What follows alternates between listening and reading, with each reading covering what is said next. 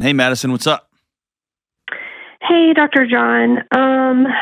Well, I separated from my husband last week. Oh, man, what happened? It's really hard to explain because I don't really understand it.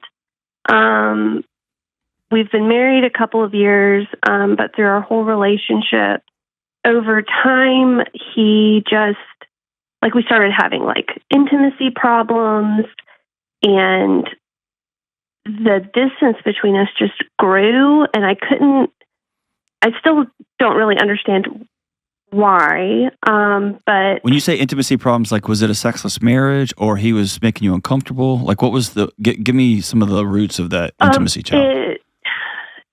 When we first got together, he was he pursued me sexually. He was the pursuer. And then after 3 months, about three to maybe 6 months, that kind of slowed down a little bit. And I interpreted that as kind of more performance issues or maybe low testosterone. Mm-hmm. And he was never he's a very quiet man. So from my perspective, I felt like he was never seemed as motivated as I would expect to try to find a solution. It just didn't fit any of the typical boxes of what I would expect. So he kind of went for it the first couple of months y'all were married, and then it didn't play out like he wanted, and he just quit, and you were expecting him to dude's going to want to fix that, and he's just like, I'm good, I'll play video games. Yes.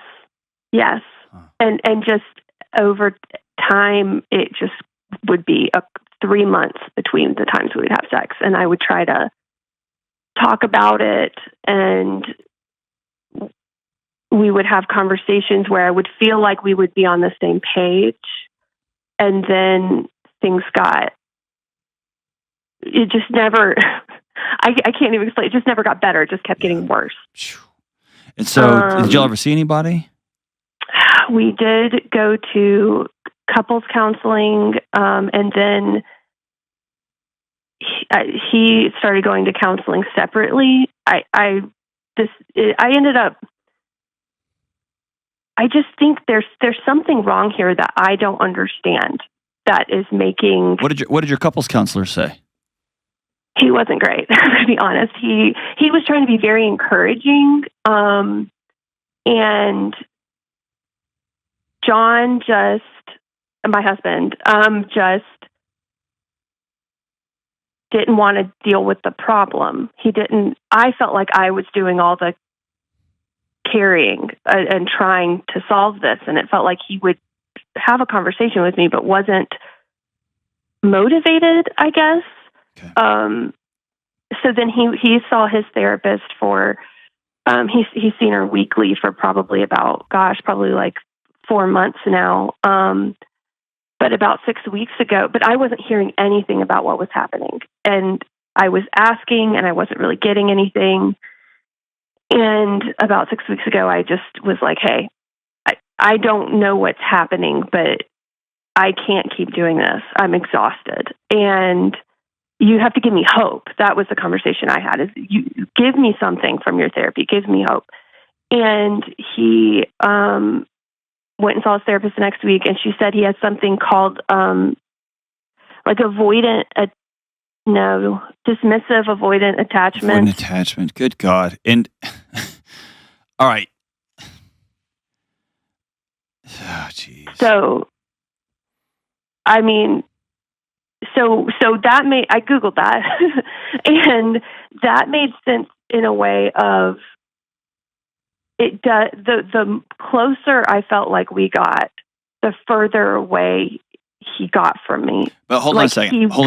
All attachment disorders, or they're not disorders. All attachment, right.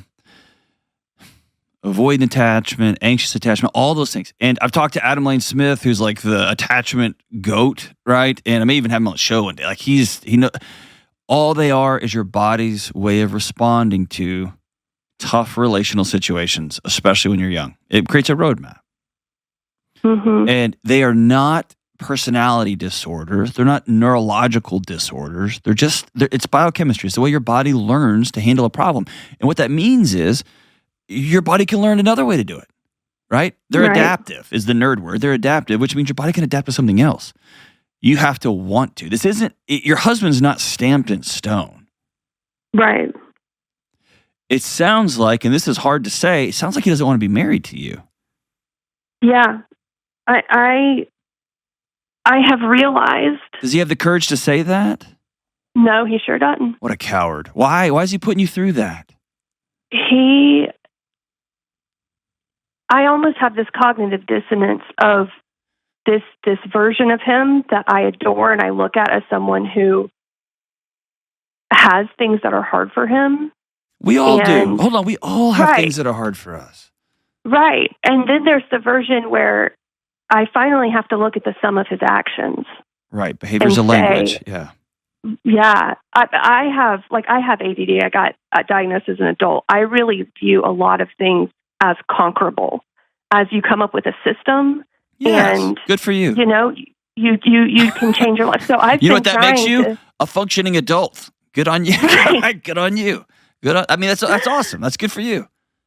It's been so confusing to me to feel like in my heart I have all this compassion for him, and in my head I have all this frustration with him. Let me clear the confusion up, okay? And I don't know if you're asking for that, so tell me to stop if you don't want me to. The confusion, I think, lies here. You love this guy, and you want to be married to him, and you haven't come to terms with, you haven't chosen reality. He does not want to be married to you. And I think there's a huge, and I'm saying that directly because I care about you. There's got to be an exhale at the end of that sentence. Oh, crap, you're right. Because you've sought professional help on multiple different places. And the proper response to a dismissive, avoidant attachment style is, well, that's not going to do in a marriage. Right. Let's go figure this thing out. Awesome. There is a ton of resources out there. Not, sweet, now I've got an excuse so I don't have to be with this person. And then, by the way, the way, and I use the word coward intentionally, the way cowards who won't just tell the truth and they're watching somebody that they know loves them, just starve to death at the end of the line. Just drown with no flotation device. The reason I call him cowards because he's going to make you're the one that separated, and that makes him self-righteous. My wife left me. Right? He cuts off all the oxygen in the room, and then he points his finger at you because you walked out the door so you could breathe. Yeah. I'm sorry that I did that to you.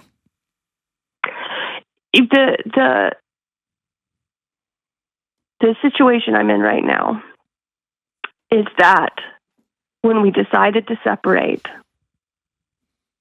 the conversation was, I knew I could not, like you said, I had to go get oxygen. And he was going to work with his therapist. And I mean, he's classic, like he doesn't like to do hard things. He's not, I have to push him to get anything. And so he was going to go work with his therapist. And we were going to. Why won't he work with you?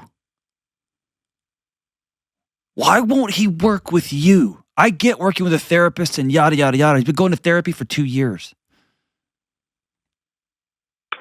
And I know he's not on the phone right now, so I'm asking that question to the wind, right? But for everybody out here listening to this, at some point, your spouse has to look across the table and say, I need this from you. I want this from you. I want you. And you have to decide, oh, I got to go work on my therapy, or okay, I'm gonna go for it.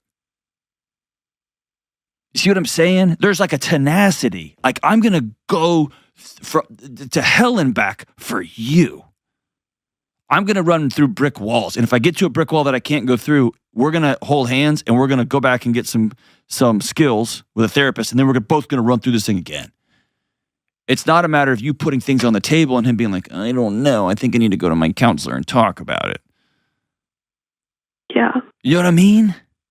And Yeah. I hate to bag That's on what him I with him want. not on the phone. It pisses me off that I'm mad at myself for even this, but it's so pervasive right now in this video game culture. And I'm just hearing wife after wife after wife dying on the other end of these relationships. I'm so sorry. God almighty, I'm so sorry. I will tell you, Dr. John, I'm not a perfect person, but I've been a really great wife. Hey, listen, here's where, okay, and I'm so grateful for you because you're like, you're laying it out for me. When somebody really loves their partner, their husband, wife, fiance, girlfriend, whatever you want to say, they really love them. And that person plays cat and mouse with their heart, with their soul. What that person does, because you're a person of character, you're a person of integrity, and you're a person who said, I made a covenant to be with you for the end of time. You end up going to the mirror all day going, what's wrong with me? What's wrong with me? What's wrong with me? What's wrong with me? Yeah. And I'm telling you right now, nothing. Are you perfect? No. Do you have some crazy in you? Of course you do. We all do. Are there some things you need to work on? Of course. We all do. Me, I'm the front of that line. But are you the reason this marriage has fallen underwater? No. So how do the moment I'm at right now is through it's his own fault, and I know it. You know, he does not have strong friendships with the friends in his life. He's alone. Logically, I know that's not my responsibility. And I know that right now he's trying to reconnect, you know, and I've only been out of the house a week and a half. And he didn't care about that 3 weeks ago when he insisted on selling our house. But now he cares because he's lonely. And logically, I know that. And the other part of me is I'm trying to decide I don't know where to put up my boundaries in case, because I've told him at this point of where I'm at, he needs to go figure out how to be a grown-up man. And if he can figure out how to be a grown-up man, he can come back and talk to me about, and when he can come tell me what he did wrong, you know? Well, so the whole thing has been cast into a parent-child relationship. Let's get out of that. Absolutely. You're not his mom. Absolutely. Okay. You're right. What instead of focusing on what he needs to be out there doing, I want you to focus on here's what I'm worth. Here's what I need. And I want to give you some freedom. He has not been a person of fidelity in his marriage. Okay? Okay. He's violated his marriage covenant with you. Did he go sleep with somebody? No. Did he violate his covenant to you? Yes. And so you have said, I'm stepping out of this situation. I'm going out where I can breathe. Good for you. Very important when you take this step is here's a date and a time that we're going to get back together and communicate. And we're not going to communicate until then. Otherwise, How long do you think that should be? You know, when it's about someone's being verbally abusive or they've created an unsafe environment, I think 30 days is good. I think you're at a 30-day place. Okay. And let him know we're going to meet in this restaurant at this time, and I'll pick up the check. That's kind of a passive aggressive flex, but I like it. But it's letting him know I'm in charge of me now. Yeah. And when you say, I need you to come back and be a grown man, you need to be really clear about what that looks like. You need to have a job. You need to be contributing a full-time job or you need to be back in school full-time. Mm-hmm. You need to show some sort of medical or psychological intervention on your sexual dysfunction. And I'm not blaming. I'm just saying, hey, that needs to be That needs to be priority number one. How are we coming back together here? Yeah. Because he's choosing shame and he's choosing to hide from a challenge. When we went to couples therapy, he thought that like buying me flowers more should mean that there was no longer an expectation that we have sex in our marriage. Yeah. Like there's a break with reality. Yes. Or yes. There's something very wrong. I think that what you just said is exactly right. He has not lived in reality. I would love to talk to him about how he grew up, but my guess is the whole world did everything for him. Yeah. And what he did was he married another mother. And that's the least erotic thing in the world, right? Yeah. And so I think it's you being very clear about here's the life I'm going to lead moving forward. The marriage y'all had is over. He can pursue you like the hounds of hell and chase you down and let you experience, not through running his mouth, let you experience. I get it now. I got a long way to go, but I am going to learn how to be the man and husband that you deserve.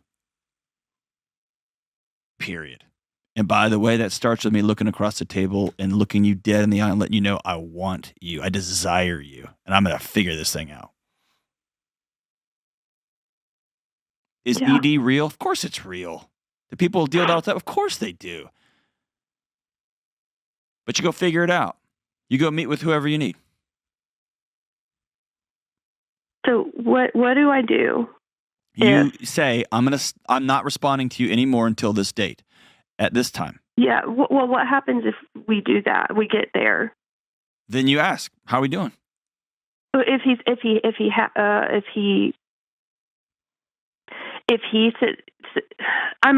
I'm afraid that he'll half-ass it. I could almost guarantee you he will, because he's never faced a consequence in his life. Right.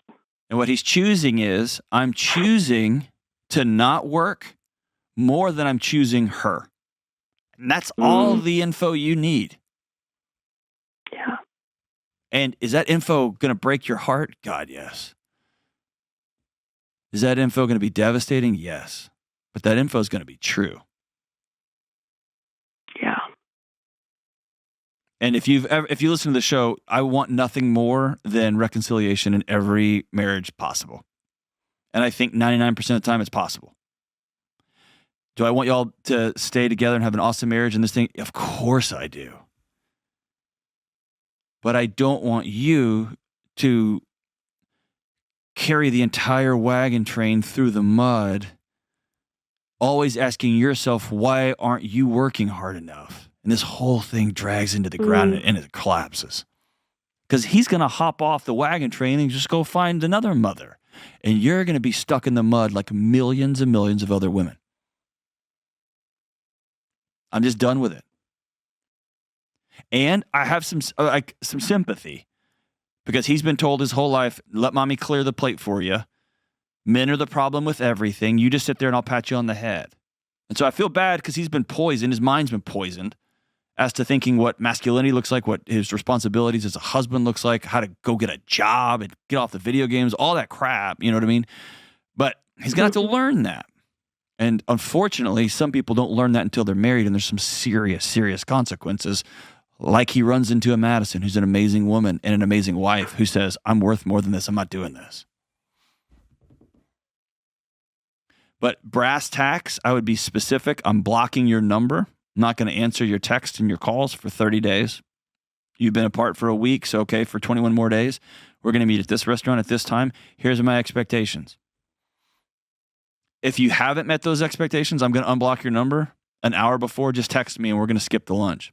If you don't have a job, if you're not, and by the way, I'm not talking about a career at this point. That will come, but like you got to have a job. If you're not enrolled in school or you don't have the application process cooking, if you don't have fill in the blank, a doctor, I don't want to say a doctor's note, but you are not sitting in doctor office and psychologist office and trying to figure stuff out. Or here's the other thing. He can also be a person of character No, he won't be a person of character. He'll be a person of integrity. He can look you in the eye and say, I'm not attracted to you. I don't want to be married to you. That will pull your soul out because you want this thing to work, and I applaud that. But at least he would tell you the truth. And I want you to communicate in whatever way you need to. You are in control, and here's what you expect. And then if he comes in, he's got a job, he's got all the stuff, all the things that you lay out. Great. Then he has earned back the right to start dating his wife again. This isn't we all move back into the same big habit. No. Now he gets to show you how he's going to pursue you.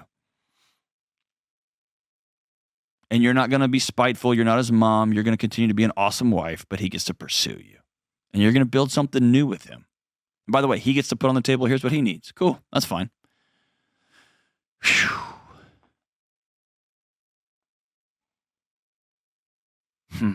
This is tough. I'm sorry, sweetheart. I'm sorry. Let me know how that meeting goes in a few weeks. I would love to hear how it goes. Hang on the line. I'm going to send you a copy of Building a Non-Anxious Life and Own Your Past, Change Your Future.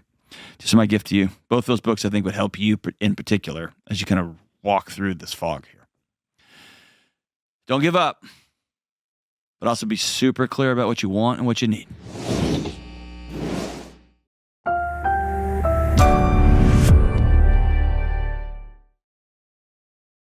Let's go to Sylvia in the city of Angels, Los Angeles. What's up, Sylvia?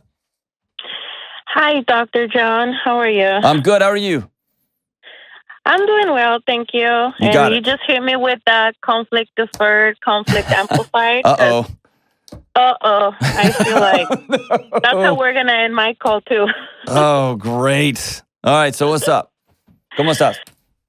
So my direct question is, should I reach out to my son's father, who I haven't talked to since my son was basically born?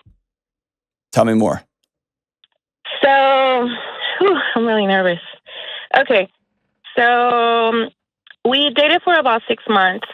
And in those 6 months, the last time I saw him, we were intimate.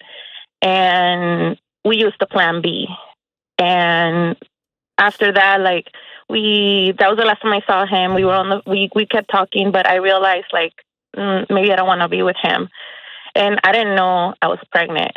And then So y'all hooked up, y'all slept together. You went the next day, took the Plan B pill, and then moved on with your day. And then a couple weeks later, y'all broke up, and you moved on with your life. Yeah, and then 6 weeks later, I found out I was pregnant. Okay. So when I told him about it, we were already broken up. Mm-hmm. And he told me to terminate the pregnancy. Okay. And I said I wasn't going to do that. Okay. And he just kept pressuring me to have an abortion. And I just kept saying no. So for the first 6 months of my pregnancy, I tried to not answer his message. I didn't see him at all through my whole pregnancy. But during the first 6 months, we almost didn't talk. But when I was 6 months, he came back and was supposedly, okay, let's try to work things out. But we never actually saw each other. And then a month later, when I was 7 months pregnant, he's like, you know what, never mind. I'm not ready to be a father, and I don't understand why you decided to keep this child. You're putting me in a bad situation. You've ruined my life. You just got pregnant for a paycheck. And he just, I don't want to cry, but he just I just felt really humiliated. Yeah, because what he did, yes, that was, it's disgusting what he said to you. It's cowardly, and it's disgusting, and it's childish. And I'm sorry that somebody did that to you.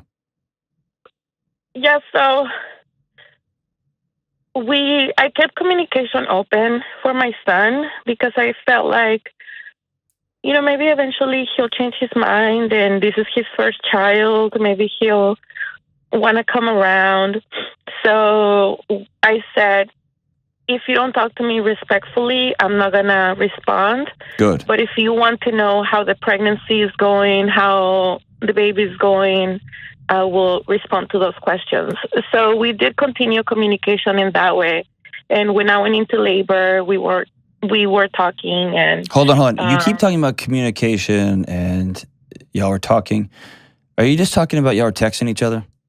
Yes, because I was like afraid to talk to him. That is not communication. You were passing data back and forth to each other. You have not had a real relationship. To him. No, if you're afraid, that's wise. If you're afraid, that's wise. Good move on your part. But it really sounds like you had a picture in your head that you weren't going to be one of those people who had a kid by themselves. Like, that's not going to happen to me, and it happened to you. And exactly. You've been propping up this picture for a long time now, and the guy left. He told you he wanted you to kill the baby and move on with your life. Yeah. So he's told you what he wants. What's absolutely melting you from the inside out is the energy you're expending trying to prop up a picture of something that's gone. Do you see what I'm saying? Yeah. In a strange way, the conflict deferred statement is you. You're at conflict with you. This guy's told you he left you. He left that beautiful son. He left. God, it's making me so just unbelievable. I'm heartbroken for you, like in a deep way, because I don't like to be out of town more than a day away from my kids. I can't wrap my head around somebody who would want to walk away from their kids. I don't have the psychology for it. I can't wrap my head around it. It's not something I can understand. I know. My son is 3 years old, and I've only left him with my sister to watch 3 times in his whole life. Well, that's going to make you crazy, Sylvia. you need to go do fun things too. You need to have friends. You need to be out having fun, and he can stay with a babysitter or a family member. You know what I mean? Yeah. So why is this just now coming back up? Why are you just now wondering, should I reach out? Because my son is talking now. Yep. And he's very smart, and he notices, like, cartoons have, like, songs have mom and dad. You know, Coco Melon is daddy and mommy, and, Baby Shark is Mama Shark, Papa Shark. Everything, like, Bluey has this Papa Bluey. And hey, Bluey's dad is screwing it up for everybody. That guy's like dad of the century.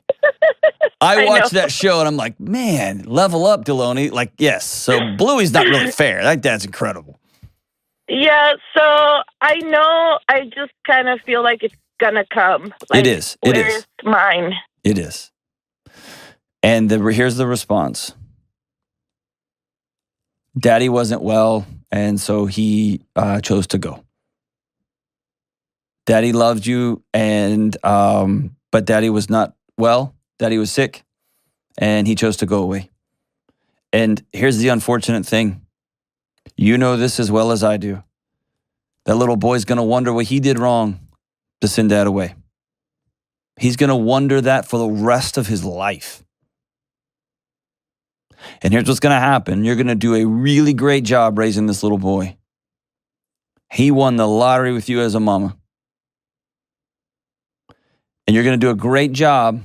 And then at some point, Dad's going to swoop back in. And everything in your life is going to be gritting your teeth and say, stay away from that man. He's a bad man. And at some point, you're going to have to choose peace and you're going to have to choose forgiveness because that's the father of your son. And if you talk bad about him or if he comes to believe that Dad is evil and wrong, that little boy knows that half of me is him. So your son's going to walk around feeling like half of him is broken and defective. I'm not planning on that. I never talk bad about him. No, I know. I'm just saying,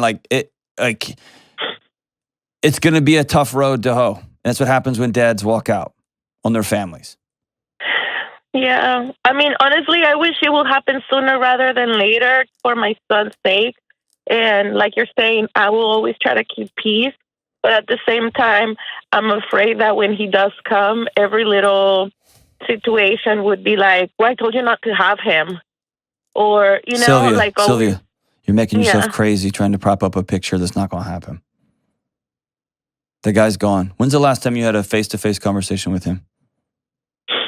when we conceived the baby. 4.5 years ago? Mm-hmm. When's the last time you had a text message conversation with him? When my son was 5 days old. So it's been 3 years. Yeah. Do you even know where he is? No. Last time we spoke, he said he had bought a house in another state, but I don't know if he's still there. I'll give you my thoughts. Please. I think you should take him to court for child support.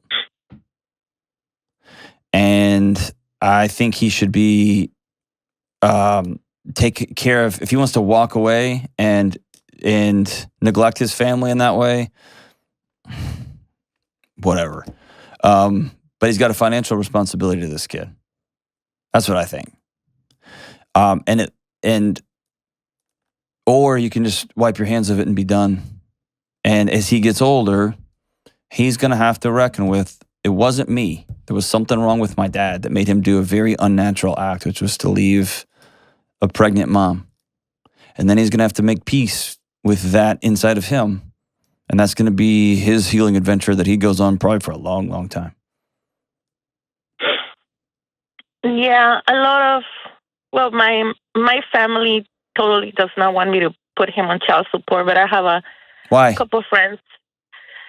Because truthfully, I don't need him financially. I mean, extra money will always help. I can put it in my son's savings account or something, but truthfully, I don't need his money. Okay. And I just feel like, I don't know how much he would give me, like $300, $500, whatever amount it is. It's not worth for me, him telling me, see, I told you, you just did this for a paycheck and you just did this to ruin my life. Whoa. You know? He threw a grenade at you when he was a scared kid. He threw a grenade at you that is still burning through your heart. He said some stupid stuff that doesn't neglect the fact that he needs to take financial responsibility for his son. Right? And you are suffering because you don't want to fulfill an insult that he made to you. Yeah. Bananas, Sylvia. He doesn't get a vote, man. He doesn't get a vote in how you feel. He cashed that out. He doesn't get a vote how you feel. He doesn't get a vote how he raises how this kid gets raised. He doesn't get a vote. He left. He walked away. Do you still have all those text messages? Yeah, I do. Yeah, I would save all those. I'd print them off somehow. Yeah, I do. They're going to look great being read in court. Telling me that I ruined his life. Yep. And yep. that he told me that every time because I wanted him to be more. Sylvia, why are you giving him voice into your head this many years later? Maybe because I don't know. At this point, Sylvia, I grew up without my dad. So I know. I want to do everything possible for my son to have a father. He left you. But he left. He left. Yeah. And that's because something was wrong with him, not you. And you still carry it around that your dad left because of something you did. That's not true. Your dad left because of him, not you. Quit carrying that around, Sylvia. Actually, I was in therapy, and my therapist said, because I told her, when do you think I'll have a breakthrough, And she said, when you don't hold regret or not regret, when you don't hold grudge or hate towards your dad. And when she said that, I'm like, never, that's never going to happen. But now I realize, I do feel that way. I'm like, it wasn't me. He had his own priorities, and obviously I wasn't one. Whoa, no. Okay, here's what you got to do. You've got, here's your homework assignment. You ready? Mm-hmm. I want you to pick up, I want you to go to Home Depot, and it'll cost you like $5. Okay? That's like 1/20th or 1/100th of a price of a psychiatrist visit, okay? I want you to pick up, go to the back of the garden section and pick up a landscaping brick. And I want you to put a piece of duct tape over that brick, and I want you to write, Dad left, and I'm mad. And I want you to carry that brick around for an hour around your house. You cannot set it down. You can't put it on your lap. You have to hold it. Okay? And I want you just to keep carrying it when you go to the grocery store, when you go in the backyard, when you take the trash out, whatever it is you're doing. You play with your son. He's going to be like, Mommy, why are you carrying that brick? And you'll be like, because some moron on a podcast told me to do it. And I want you to carry it around, and your shoulders are going to ache, and your hands are going to get tired. And at some point, I want you to take that brick out in your backyard and throw it as far as you can and never pick it up again. That is forgiveness. Forgiveness doesn't let your dad off the hook. Forgiveness says, I'm not carrying your poison anymore. Because right now, Sylvia, you are drinking poison every day of your life, hoping your dad feels it, and he doesn't. Yeah, and you're like my son's dad. Yes, and you're picking up a cup of poison from your son's dad, and you drink it every morning, hoping that he feels it, and he doesn't. The only person who's getting poisoned is you. Stop. You're worth so much more than this. Right? Yeah. Yes. Set it down. Set it down. You are going to have to be highly intentional about putting other men in your son's life. He's going to need men, not saying like have a rotation of people you're dating through the house. He's going to need a grandparent or uncles or men that you trust from a local church or from a local school that will lean into his life. And so you're going to have to be proactive. Hey, you're a man in my life that I trust. Would you be willing to take my son for an hour a week and just go play? Just let him have some interaction time. Go kick a soccer ball, go throw a ball, go roughhouse, go do something. Take him to a park. And there are men who will do that. I've done that for people. There are men who will step up and do that because there's some extraordinary men out there. But at this point, it's been 4.5 years. You're hanging on to a ghost. You're hanging on to a wisp, to an ether that doesn't exist. The man left. He said, I want you to kill this baby because you've ruined my life. I'm gone. And he left. He's gone. And you say you don't need his financial support and it's not even worth the drama. That's your life. I'll support you on that. Stop drinking poison, Sylvia. Stop. You're worth a good night's sleep. You're worth laughter. You're worth loving again. All these things. You didn't screw up. You didn't do anything wrong. You're a good mom. Carry that brick around for a while, and then I want you to feel what it feels like to set it down. And I'll say it one more time. Your dad left because there was something wrong with him, not you. The father of your son left because he was struggling with whatever he's struggling with, not because of you. Stop carrying that. Set it down. Tara, good morning. How are we doing? Well, I have a mentally handicapped brother who lives in a small group home. And normally he works in a workshop situation, and so he gets out daily. But during COVID, that's been very few and far between times. And right now, they are closed again at his home. Currently, he can't have anyone that comes in to visit, and he can't go out anywhere to visit. Yeah. And he's gone from calling me, because I'm 350 miles away, but he's gone from calling me almost daily and talking to never calling unless I initiate it. And when I do call him, he just will absolutely not communicate at all. I just listen to him breathe. He's struggled with depression, but it's just totally shut him down now. And I don't know what I can do to help him. And that's kind of why I'm calling you is ideas on what I can do to help him during this time with his situation. Wow. Thank you for your call. Thank you for your trust there. And I appreciate you being somebody who loves their brother. Absolutely. Both because of and in spite of his challenges that he's got. So what's the nature of his special needs? Well, he's mentally handicapped.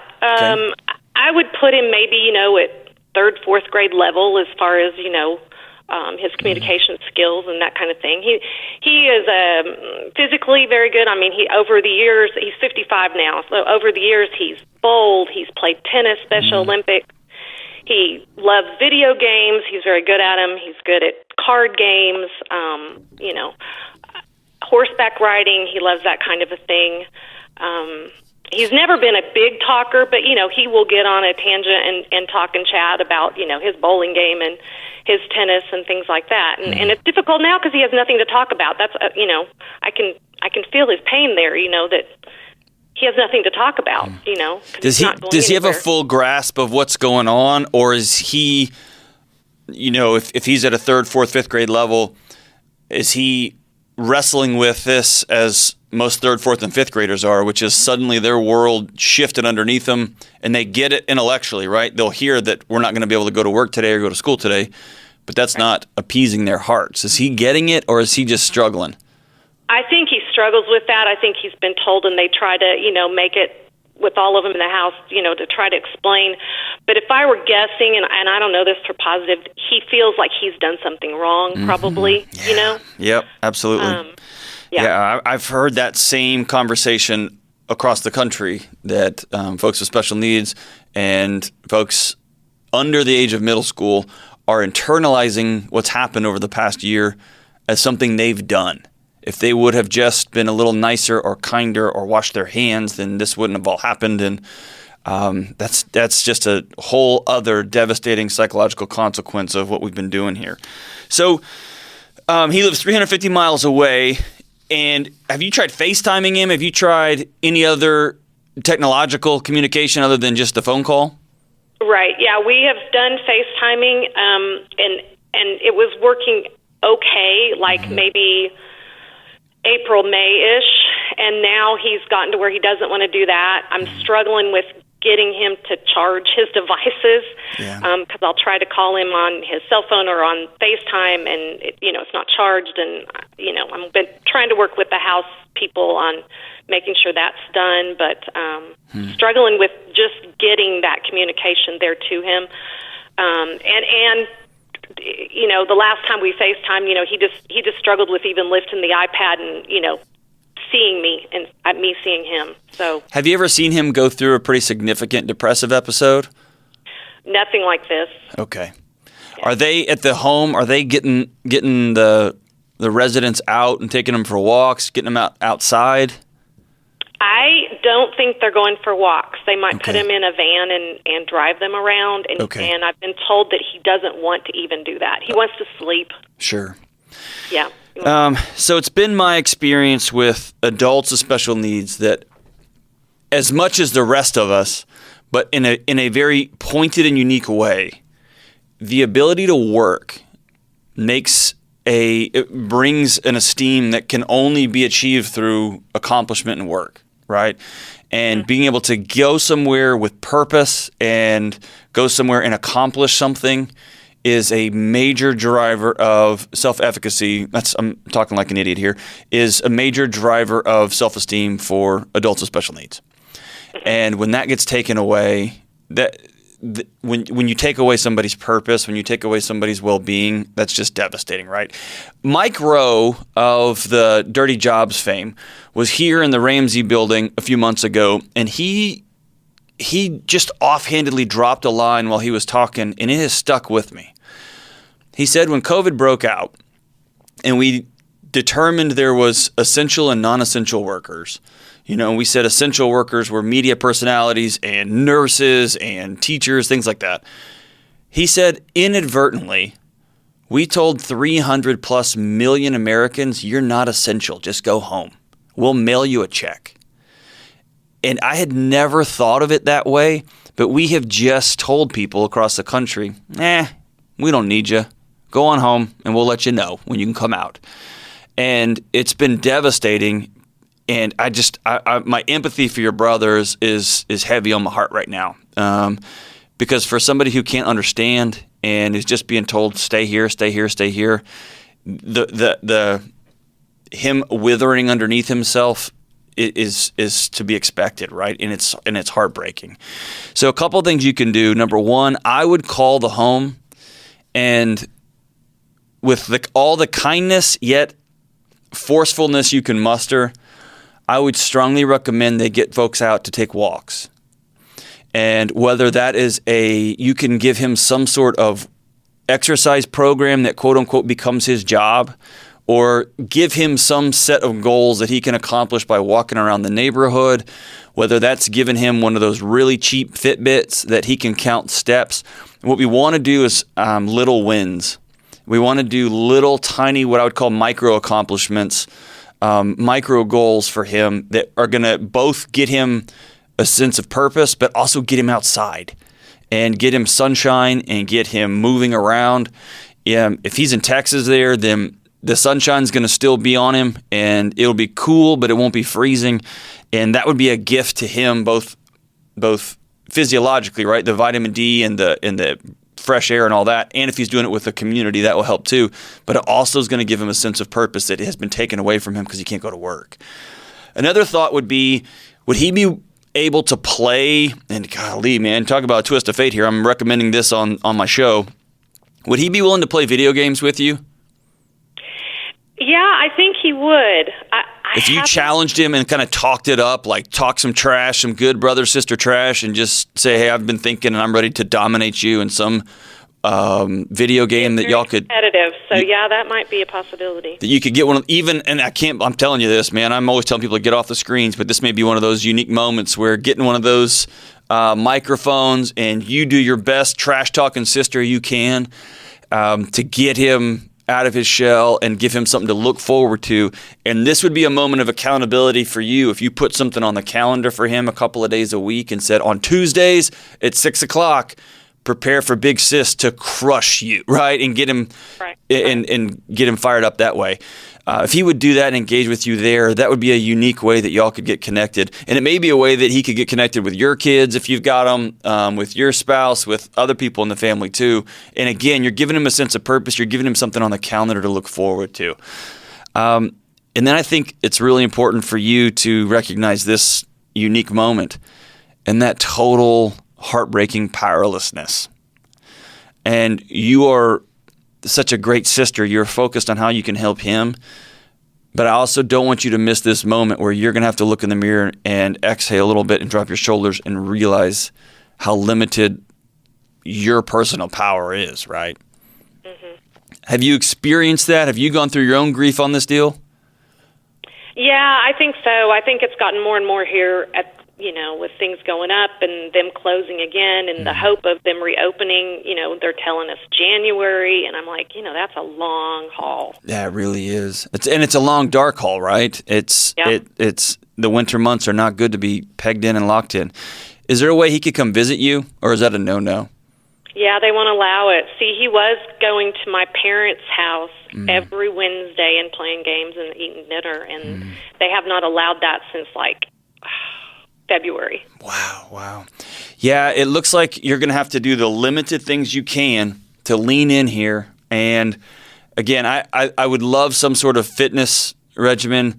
And the best I've been able to read, and I've tried to keep up with the science of what's going on as much as possible, getting outside and going for walks is not only not going to contribute, but it's going to help folks, particularly the vitamin D side and the good breath side. And number two, if you can plug in and play some video games there. But I don't want you to miss the opportunity to get in touch with yourself, because this just sucks. And I want you to spend a couple of minutes mourning what you can control and what you can't.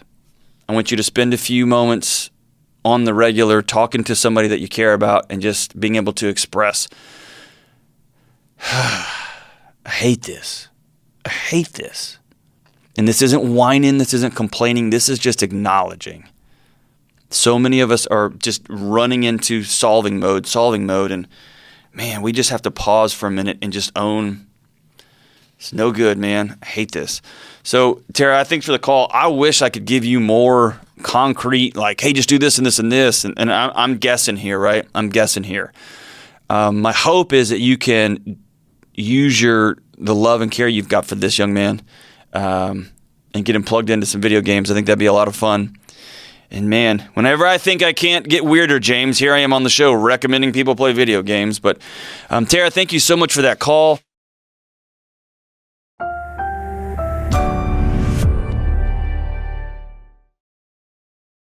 Let's go out to Salt Lake City and talk to Jill. What's up, Jill? How we doing? Hey, Delony. I'm happy to talk to you. I am more happy to talk to you. What is up? So I have been happily married for 11 years, and I have a stepdaughter who's 13, and then my husband and I have 2 younger kids together. My stepdaughter is a Therian. She identifies as a fox. She wears a mask and a tail and has a YouTube channel of her jumping around like a fox in really short shorts. And this is mostly being done at her mom's house. She's had the YouTube channel for about 6 months, but we just found out about it. She's also had a smartphone since she was 10. She's at our house every other weekend, and this last time she came over, she had made my daughter, who's 9, a mask and was teaching her how to jump and filming her with her cell phone and presumably to give her feedback on how to jump better. Well, duh, Jill. And ever since... Duh. Every young fox has to learn how to jump. How else do you think they're going to learn? Hey, can we just stop for a second? Yes, please. I hope that if you've listened to the show for a while, you know, like, man, I just wade into some, and what's on the show is not a quarter of what I wade into in the real world, like with real people. And I try to be as like the most compassionate guy. And I've worked with young people my whole career, like teenagers and young adults, and so, man, nothing surprises me. But the fact that there's a name for this, and that you have to say, I feel like we're in the Twilight Zone, that you and I are having this conversation. But continue, Jill. Continue. That's why I'm calling you, because I don't know. I'm at a complete loss, and I'm shocked. And it is a whole thing. And there's a name, and there's terminology, and there's things that are offensive to them. And anyway. Okay, so ever since this last visit, now my daughter is a Therian also. She identifies as a giraffe, if you're curious. The other thing is, so my husband and I were looking at funny. The YouTube. I'm laughing with you. No, yes, we're laughing, and we need help. And you're crying and drinking heavily. I get it. All of it. Exactly. I get it. But the way you said that, if I knew how to do this on my phone, I would make a ringtone. Just simply said, my daughter's a giraffe, in case you're wondering. It would just be my ringtone, because that was legendary. The way you said that like an exhausted, exasperated, like, I feel like you feel like how certain politicians, like executive cabinets, feel after the politician leaves the room, and they're just like, that guy thinks he's a giraffe. I don't even know what to say right now. Like, I don't know what, I don't even know what's reality right now. Like, okay, so I'll quit interrupting you. I feel like I'm in the Twilight Zone. It's okay. One more thing. Yes, I need one more thing. One more thing. So my husband and I were like one eye shut, cringing, looking at the YouTube channel to see what the content is. And there was a video on there that my stepdaughter had made while she was over here at Christmas break with my 2 young kids in it, and we didn't even know about it. Yeah. So No. Yeah. Are, okay, first of all, with this Therian stuff, I mean, do I let my daughter continue to be a giraffe? Do I let that ride? More importantly, what rules do I have in place in my home about the internet and screens and social media? And can I tell my stepdaughter not that her cell phone's not allowed here?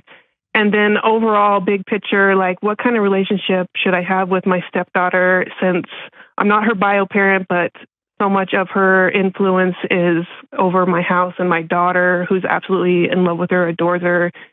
And I'm sure a big reason my daughter's doing this is to gain good favors with the stepdaughter. Sure. All right. So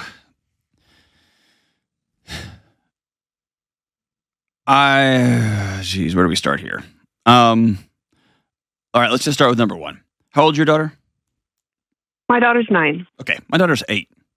My daughter puts on princess dresses and picks up her little floofy, not really a dog, but actually is a dog, but it kind of looks like a squirrel that just got huge and then got dropped in a dryer for a while, right? It's just this poofy little dog. My daughter will take a dress, and she'll put like this old Elsa dress on, get the dog, get some sort of like magic staff, and run out into our backfield, into the woods. And she has these adventures and whatever. I want to support that and encourage that sort of creativity and adventure and fun and whatever weird world she's fighting dragons in. I want to encourage that all day long. Okay?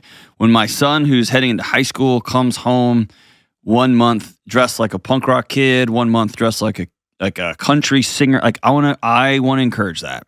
Also, in my house, encouragement comes with I get to poke fun at you too. But also, like, I love you and I know you're trying these things on. That's adolescent development 101. That's amazing. That's good. That's awesome.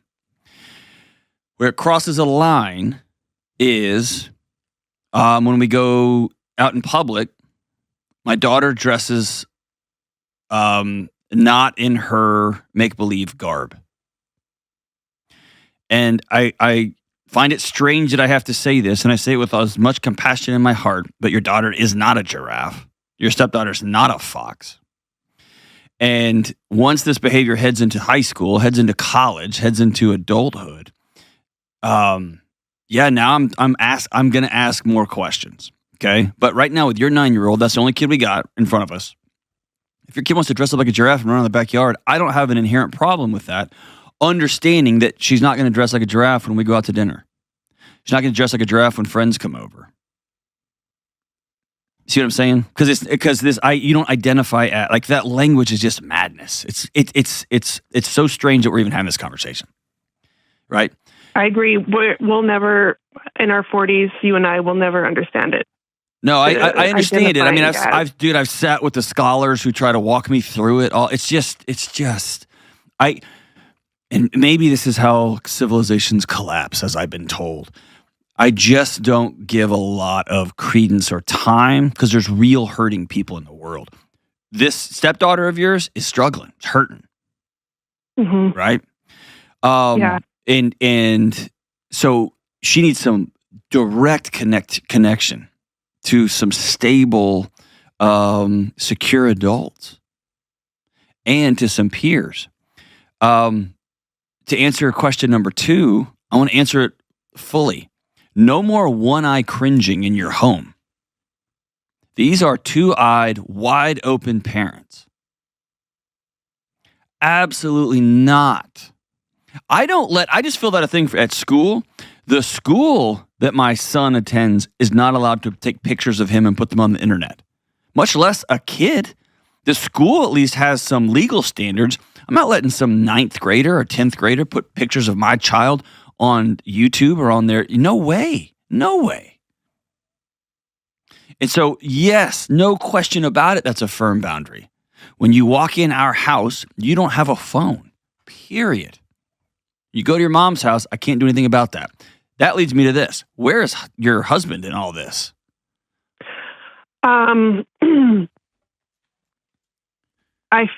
It seems that he's to a place where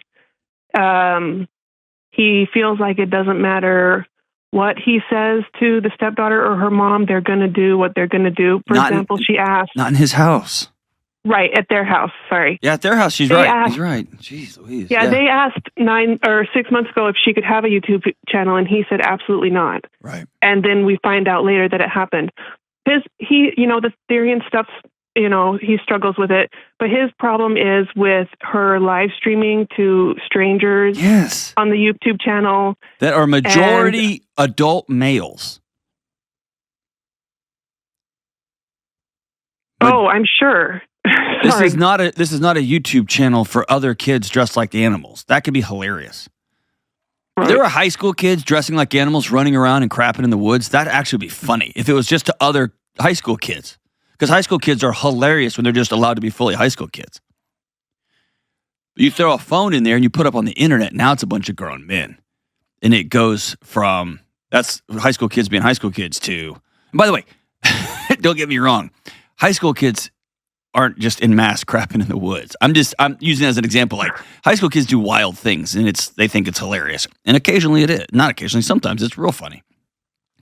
But it's when, my friend Sean Ryan said this the other day, when you hand a kid a smartphone, you're not giving them access to the world. You're giving the world access to them. And this is a video channel for grown men. Right. And it sends shivers down my spine that any adult would let their kid do this. But you're right. Your husband can't stop what happens in that house. Someday, his daughter will look at him and say, "Why didn't you save me?" And so, if the best y'all can do is to create a track record, when you walk in our house, there is no access to the internet here. We're a little house on the prairie. Because I'm going to hit the pendulum so far to protect you. Your friends are welcome over here. You can have fun. You can whatever. But we don't have just open, unfettered access to the internet here. Period. And I just don't know why that's such a hard concept to grasp. Because it's going to take one guy offline asking for her private information, and now we're going to be off to the races. Yeah, we've kind of already had some. If she's not already there. Right. Yeah. And here's what's happening. This young child is getting such incredible positive feedback. And all humans, but especially teenagers, as they are changing so fast. I have to go back and look, man. It's been a while since I looked at my old physiology books. I think it's the fastest time of change in their entire life other than when they were first born. It's such a massive change. All of us want to know, do you see me? Do you see all of me? And do you really love me?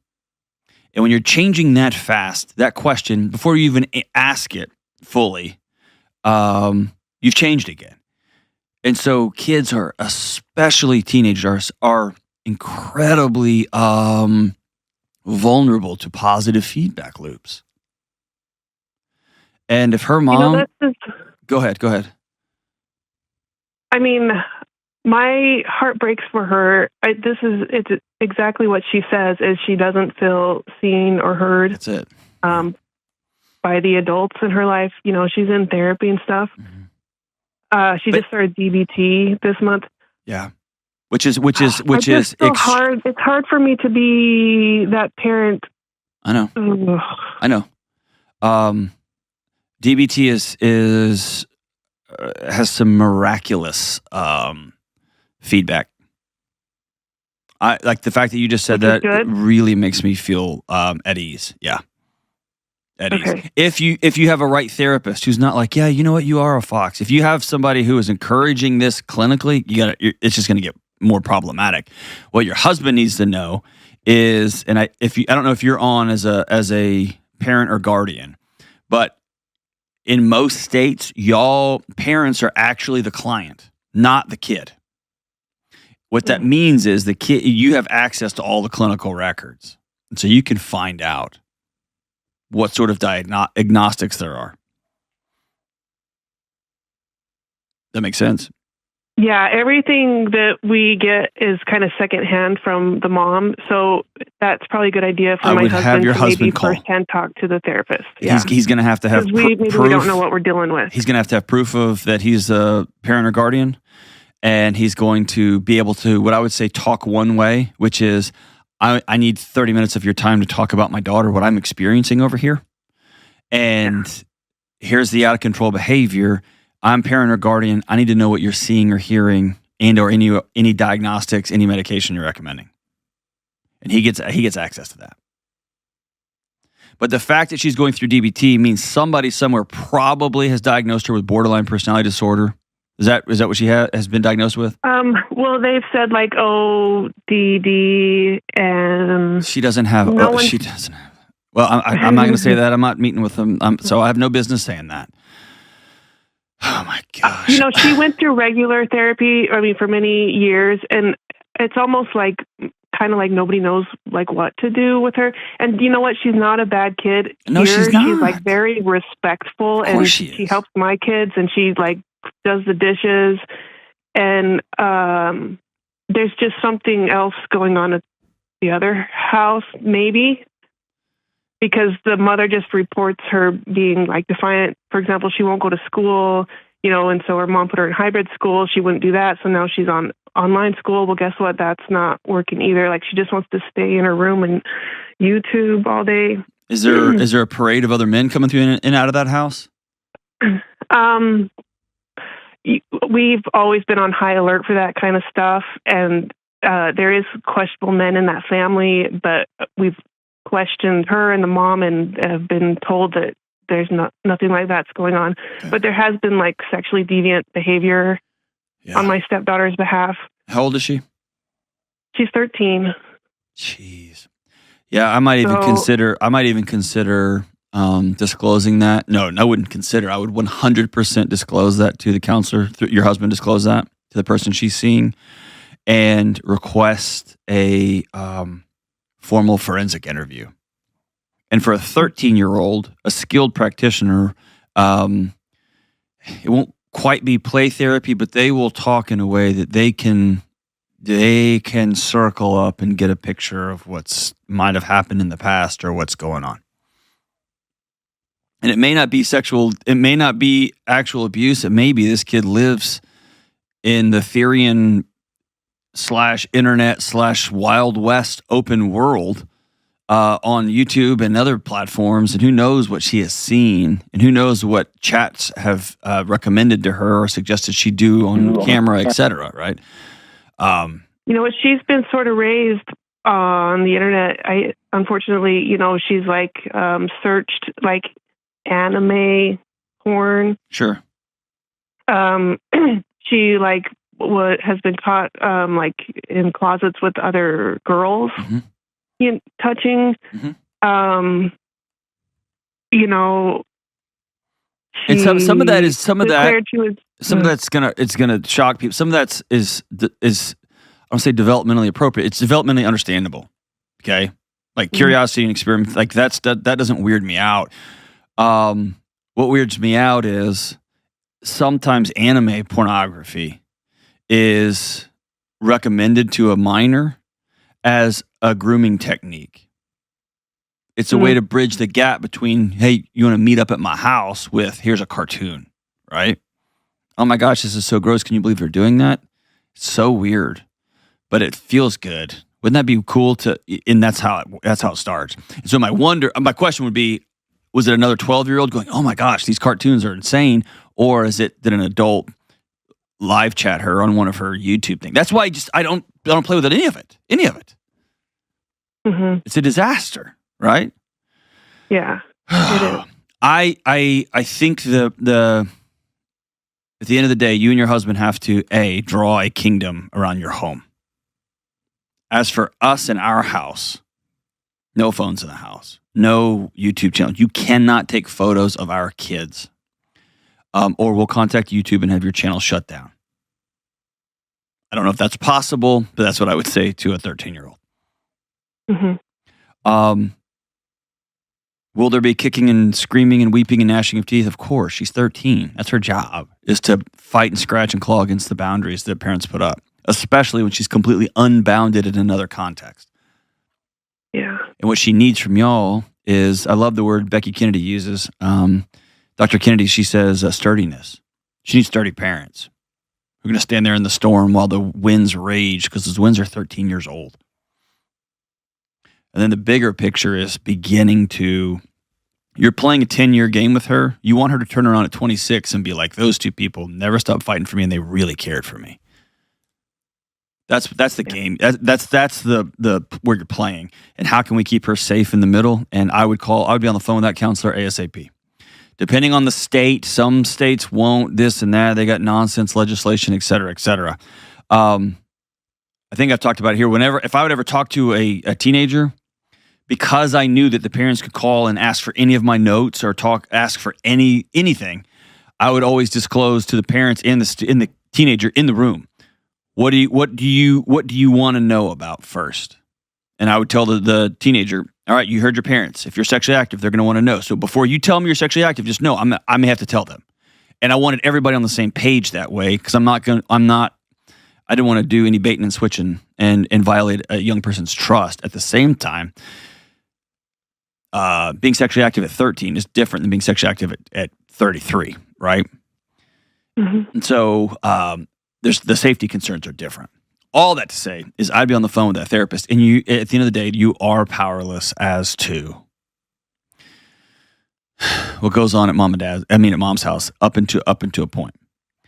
As for your 9-year-old, I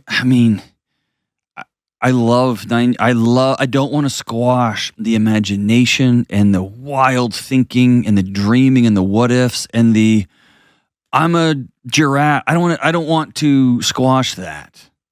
That's an important part of adolescent development. And she has to be anchored in the real world. You're not a giraffe.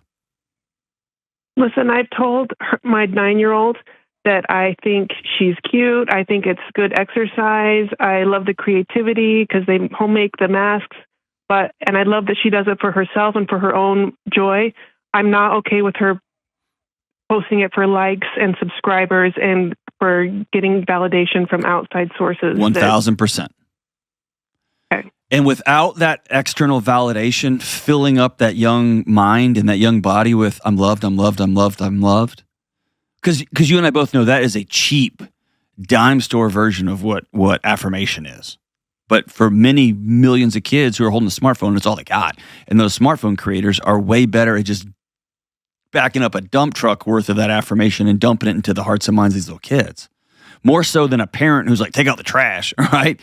And so you got all these strangers saying, you're beautiful, look at all these likes, Yeah, I mean, parents can't compete with that sort of affirmation machinery dumping into our kids. And so, yes, it's scorched earth on that side of it. But most kids, most of the time, absent that affirmation, that constant, that's just dump and dump and dump, they mature and develop out of it. That's why they call it adolescent development. You grow up, right? You grow up. Right. And so good on you. I love that you're like making masks, like doing things, going out in the woods. That's all fun and good. It's all fun and good. And can I be like, this is going to be controversial. I hope it's not, but welcome to 2020, or welcome to the 2020s. I went on a long elk hunt a few weeks ago with one of my oldest friends in the world, my brother-in-law, several folks, one of their kids. I got dressed up in the most obnoxiously expensive camo.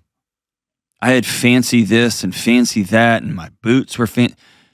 I kind of fancied myself as an outdoorsman, Jill. Like, I kind of was pretending like I got to go provide for my family. And I did. I got a giant elk that I ate some of it for breakfast this morning. And I provided for my family. And I had to drive by a ton of Costco's to get there because it's 20 hours away from my house. You know what I mean? And so the provision is good. My family, we eat wild game probably 6 nights out of the week. Like, that's all good and good. But there's a little bit of me, like, kind of pretending. Yeah. Like embodying something else for a long weekend before I have to come back to work and do my day job, which is YouTubing it up. Right. So I think to a large degree, we all kind of do that. And I'm okay with that. In fact, I think it's fun and wonderful and great. I got to play outdoorsman until my body was like, yeah, you're old, bro. You shouldn't do that like that without some stretching, right? All I have to say is it's when I get all this affirmation on the outside that I start thinking outside of what is reality. Right. Fair enough? Yeah, I get it. No more one-eye cringe. If I see my daughter, my young child, on another person's YouTube channel, I'll burn everything down in an effort to get her off, because I'm not turning my daughter loose to the World Wide Web, as long as I can contain it. Right? So I'm going to have to do a little bit of backtracking because we're going to have to lay down some rules with the stepdaughter about the cell phone, and that we're not okay with her posting my children on her YouTube channels. I guess that's just a conversation that we sit down. I mean, you guys, all you do is you go first and you say, "Hey, I messed up." Okay. You and your husband say, "We messed this up. We should have stopped this way before. It's 100% on us. And I want you to experience with me the rules are changing in real time. I completely blew it, and that's on me. I messed up. I want you to hear me say I'm really sorry. And for a kid, that can be very disarming and inviting, as opposed to when she walks in the door like, you get that crap off you. Well, now there's a wall, and in a weird way, you've just handed over control to a 13-year-old. Yeah. When you start with an apology, I let this thing go on and I should not have, then you are firmly taking the reins. Okay. Right? I can do that. We can do that. But before you sit down and do that, write down your boundaries, write down your new rules of engagement, and expect your daughter to ask her birth mom to go to court for she can have full custody because y'all are so abusive, you won't let her have X, Y, or Z. And maybe she's allowed, because she's in high school, she can have texting privileges only in the main room, and the phone has to stay plugged in. That's how y'all know it never leaves. And the internet has to be, the app has to be deleted off the phone. So she can text. She's not cut off from Earth. You're not disconnecting her from humanity. Right? There's some little workarounds here and there. But be very clear about what your goals are, why you want to do these things, what your boundaries are going to be. Write them down, and then open up the conversation and do it over a meal. And say, this is going to be hard, but you know that we love you, and we know we have one job, that's to keep you safe. I've been telling my kids that the day they were born. I got one job. That's it. That's it. That's it. Whew. I'm sorry, Jill. That's tough. It's tough being a step parent who feels powerless. It's tough being with a husband who's just like, I'm exhausted, and I know how hard it is, and you can't quit. You can't quit. And this weird world where kids are running their own TV shows live. And now we're into the Therian world where I identify as, I don't have words for it. It's just madness. And so I'm not going to even give it a time. And at the same time, we have a innovation and imagination crisis in our world. And so I don't want to take imagination and fun and play and building and running around and being giraffes. Knock your lights out, man. I played Johnny Hunter a few weeks ago. That's fine. But you have to stay anchored to the real world. You have to stay anchored to reality. And you have to stay anchored to some sort of decorum. As a culture, we can't throw out all decorum. Because you get anarchy, you get chaos. So yeah, dude, run around the backyard, be a giraffe, have fun. When you sit down at the dinner table, you have to take your mask off. When you go out to dinner, you can't walk on all fours. You have to stand up. And there may be some dinners you can't go to because your kid won't stand up. Okay. There may be some birthday parties they miss out on. That's part of it. That's part of parenting. Finding that balance is always going to be hard, especially when the world says, no, identify as a raccoon. You can do that. What a world. What a world. Thanks for your call, Jill. Call anytime.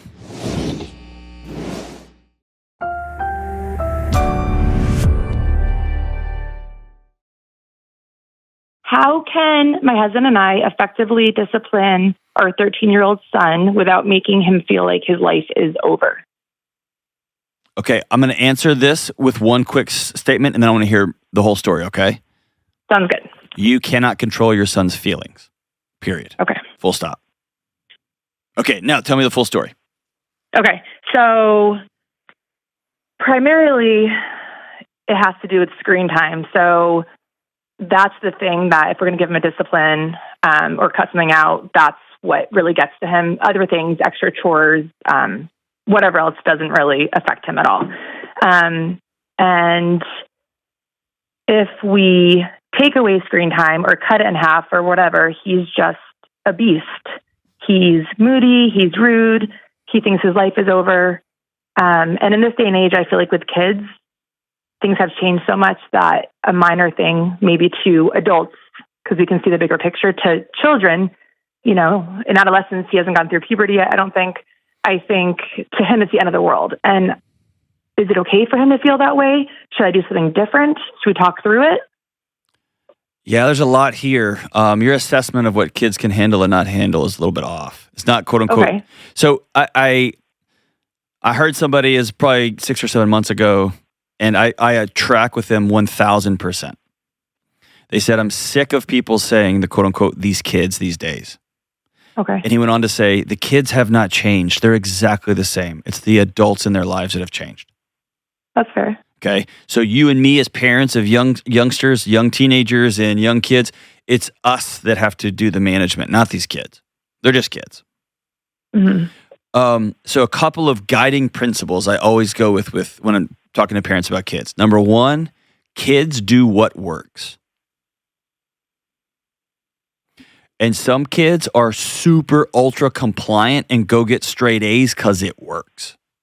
Mm-hmm. And in the same house, another kid may fight and scream and yell, depending on any number of temperament, when they were born, brothers and sisters, time with mom and dad, intentional stress, epigenetics, all this stuff. Doesn't matter to me. It just matters the kid in front of me. They may try to burn the house down because it works. Right. And eventually you go, fine, I don't care. Here's your stupid screen. And they win. Mm-hmm. And I don't even like, you know what? I used the wrong word. It's not a competition.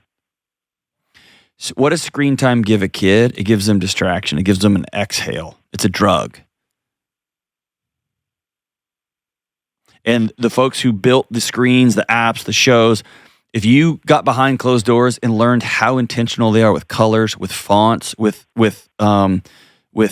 change rates, with the flicker rates, it is precision science, as though they are crafting pure heroin.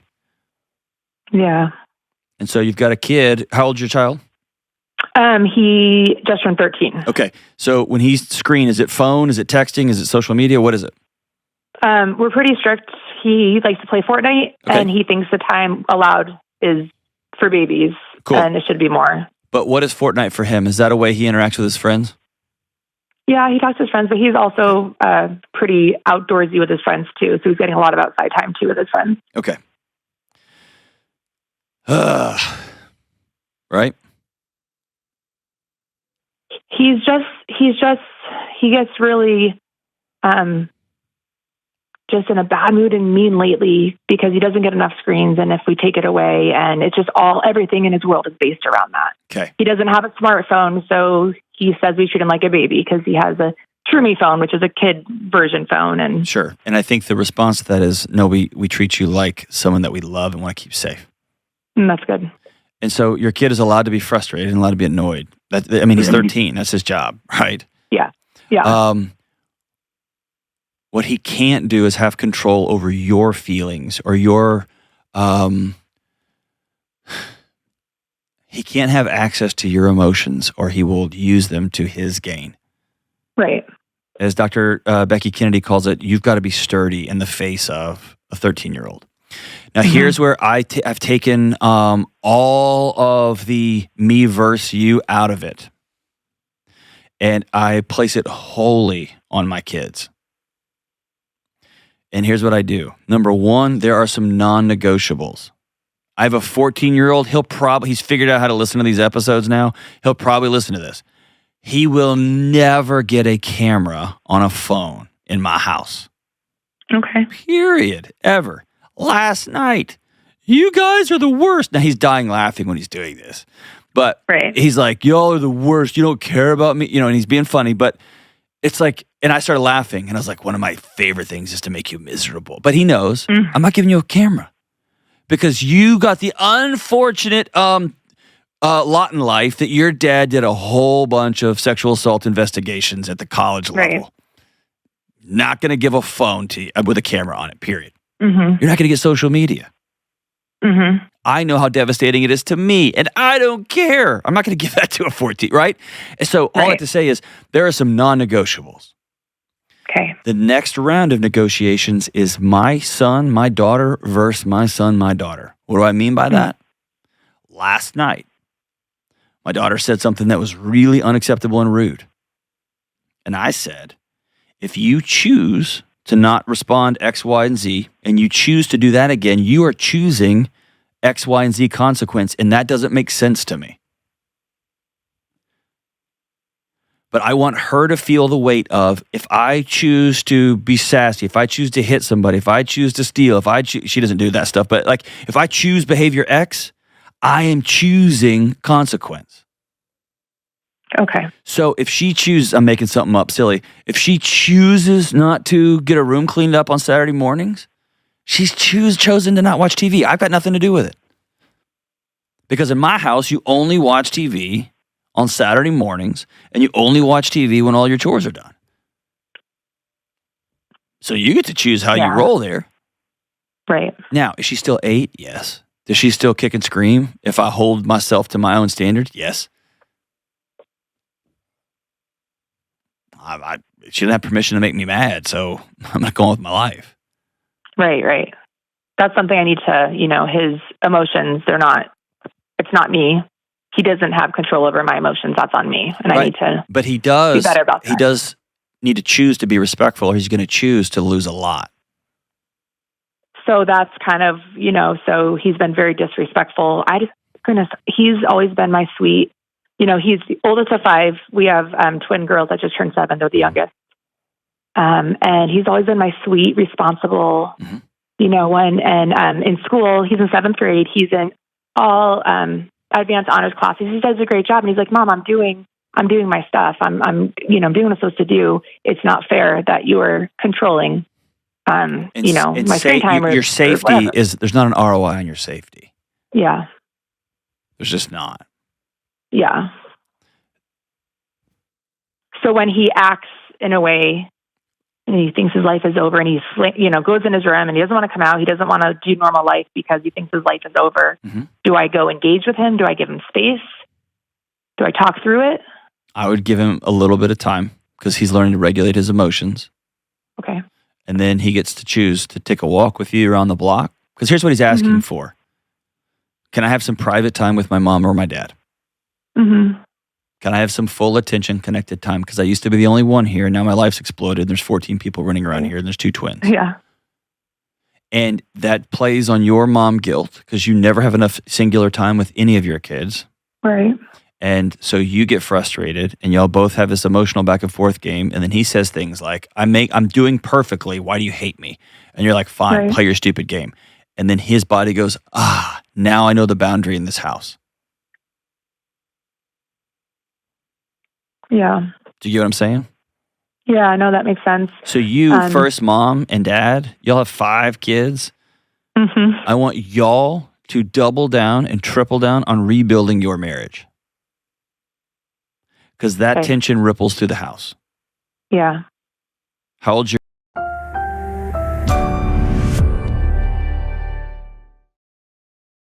How can my husband and I effectively discipline our 13-year-old son without making him feel like his life is over? Okay, I'm going to answer this with one quick statement, and then I want to hear the whole story, okay? Sounds good. You cannot control your son's feelings, period. Okay. Full stop. Okay, now tell me the full story.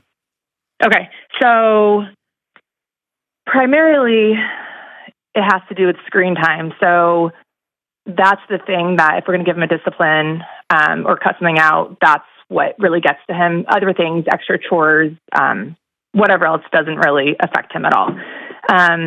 And if we take away screen time or cut it in half or whatever, he's just a beast. He's moody, he's rude, he thinks his life is over. And in this day and age, I feel like with kids, things have changed so much that a minor thing, maybe to adults, because we can see the bigger picture, to children, in adolescence, he hasn't gone through puberty yet, I don't think.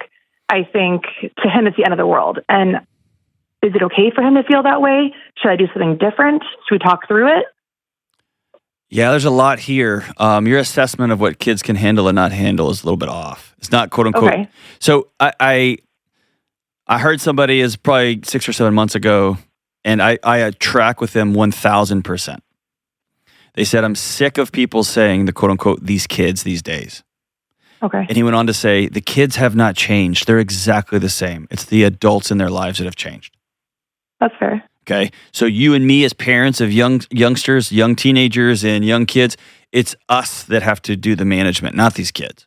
They're just kids. Mm-hmm. So a couple of guiding principles I always go with when I'm talking to parents about kids. Number 1, kids do what works. And some kids are super ultra compliant and go get straight A's because it works. Mm-hmm. And in the same house, another kid may fight and scream and yell, depending on any number of temperament, when they were born, brothers and sisters, time with mom and dad, intentional stress, epigenetics, all this stuff. Doesn't matter to me. It just matters the kid in front of me. They may try to burn the house down because it works. Right. And eventually you go, fine, I don't care. Here's your stupid screen. And they win. Mm-hmm. And I don't even like, you know what? I used the wrong word. It's not a competition. So what does screen time give a kid? It gives them distraction. It gives them an exhale. It's a drug. And the folks who built the screens, the apps, the shows, if you got behind closed doors and learned how intentional they are with colors, with fonts, with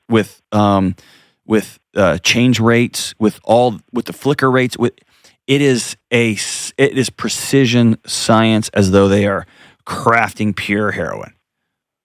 Yeah. And so you've got a kid. How old's your child?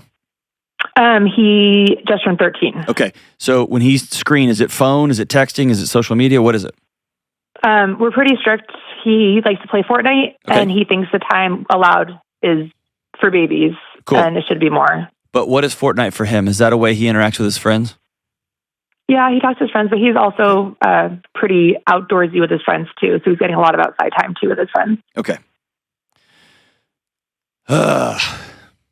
Right? He gets really just in a bad mood and mean lately because he doesn't get enough screens, and if we take it away, and it's just everything in his world is based around that. Okay. He doesn't have a smartphone, so he says we treat him like a baby because he has a True-Me phone, which is a kid version phone. And sure. And I think the response to that is, no, we treat you like someone that we love and want to keep safe. That's good. And so your kid is allowed to be frustrated and allowed to be annoyed. He's 13. That's his job, right? Yeah. Yeah. What he can't do is have control over your feelings or your... he can't have access to your emotions, or he will use them to his gain. Right. As Dr. Becky Kennedy calls it, you've got to be sturdy in the face of a 13-year-old. Now, here's where I've taken all of the me versus you out of it, and I place it wholly on my kids. And here's what I do. Number one, there are some non-negotiables. I have a 14-year-old. He's figured out how to listen to these episodes now. He'll probably listen to this. He will never get a camera on a phone in my house. Okay. Period. Ever. Last night, you guys are the worst. Now, he's dying laughing when he's doing this. But he's like, y'all are the worst. You don't care about me. And he's being funny. But it's like, and I started laughing. And I was like, one of my favorite things is to make you miserable. But he knows I'm not giving you a camera. Because you got the unfortunate lot in life that your dad did a whole bunch of sexual assault investigations at the college level. Not going to give a phone to you with a camera on it, period. You're not going to get social media. I know how devastating it is to me, and I don't care. I'm not going to give that to a 14, right? And so all I have to say is there are some non-negotiables. Okay. The next round of negotiations is my son, my daughter versus my son, my daughter. What do I mean by that? Last night, my daughter said something that was really unacceptable and rude. And I said, if you choose to not respond X, Y, and Z, and you choose to do that again, you are choosing X, Y, and Z consequence, and that doesn't make sense to me. But I want her to feel the weight of, if I choose to be sassy, if I choose to hit somebody, if I choose to steal, she doesn't do that stuff, but like if I choose behavior X, I am choosing consequence. Okay. So if she chooses, I'm making something up silly, if she chooses not to get a room cleaned up on Saturday mornings, she's chosen to not watch TV. I've got nothing to do with it. Because in my house, you only watch TV on Saturday mornings, and you only watch TV when all your chores are done. So you get to choose how you roll there. Right. Now, is she still 8? Yes. Does she still kick and scream if I hold myself to my own standard? Yes. she didn't have permission to make me mad, so I'm not going with my life. Right. That's something I need to, his emotions, it's not me. He doesn't have control over my emotions. That's on me. And I need to But he does, be better about that. He does need to choose to be respectful, or he's going to choose to lose a lot. So that's kind of, so he's been very disrespectful. He's always been my sweet, he's the oldest of 5. We have twin girls that just turned 7. They're the youngest.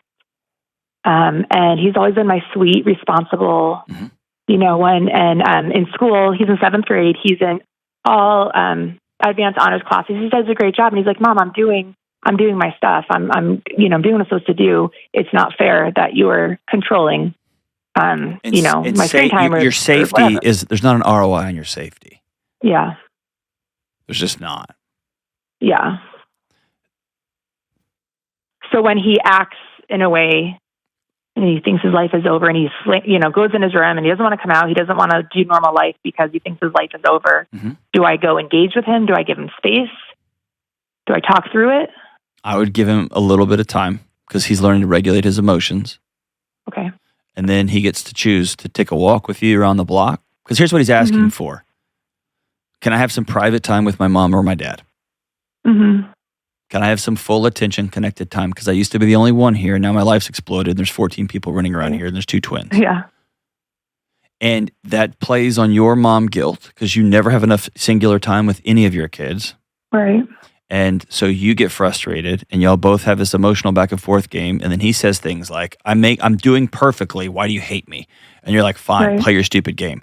And then his body goes, now I know the boundary in this house.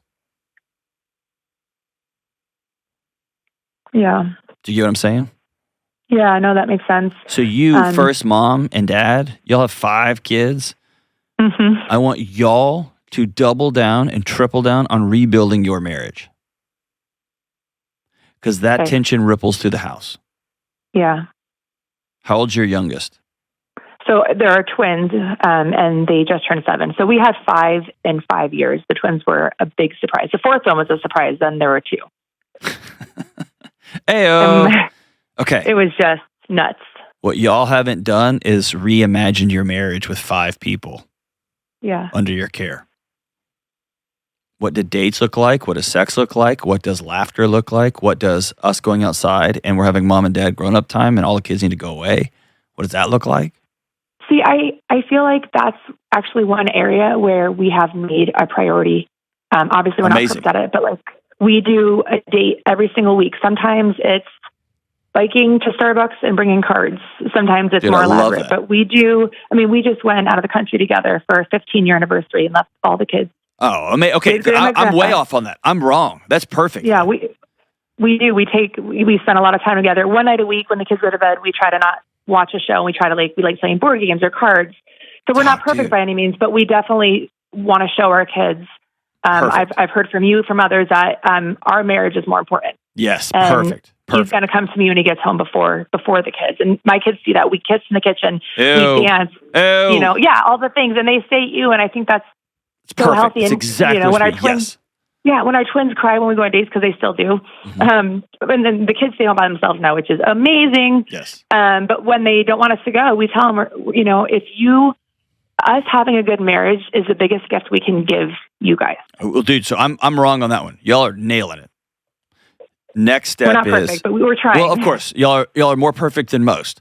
The next step here then is let's look for not breadth of time, but intensity of time. Okay. Is there once a week your husband can take your 13-year-old out for breakfast? Yeah.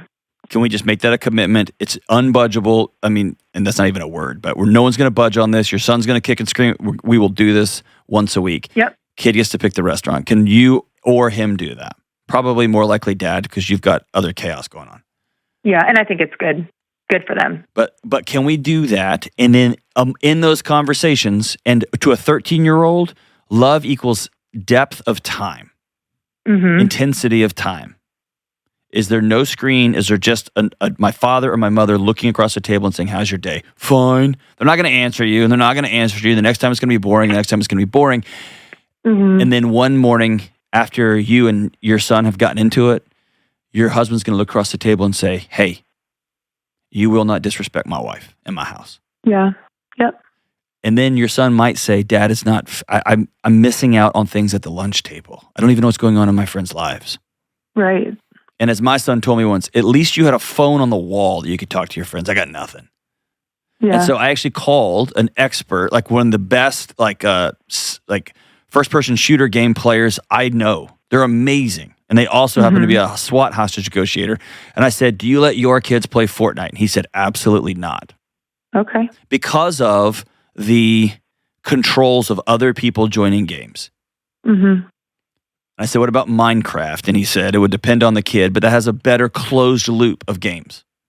Okay. So this year at 14, I made that adjustment for my kid. Okay. Okay. And yeah, so, I want to preface this by saying my husband is, we've been married 15 years. He's one of the ones that is just incredible guy. I mean, I don't know what I did. He's an amazing dad, amazing husband, amazing friend, just amazing employee. He's just a wonderful person. So I want to.